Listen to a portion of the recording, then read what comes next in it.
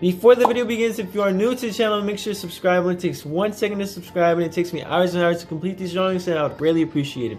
And while you're at it, turn on post notifications so you don't miss out every time I upload a new video. I upload every single Friday, every single week, and I am consistent, so make sure to subscribe and turn on post notifications. And also, make sure to like the video. It really helps out the channel a lot, especially with the YouTube algorithm, and I would also greatly appreciate that too. But other than that, enjoy the rest of the video.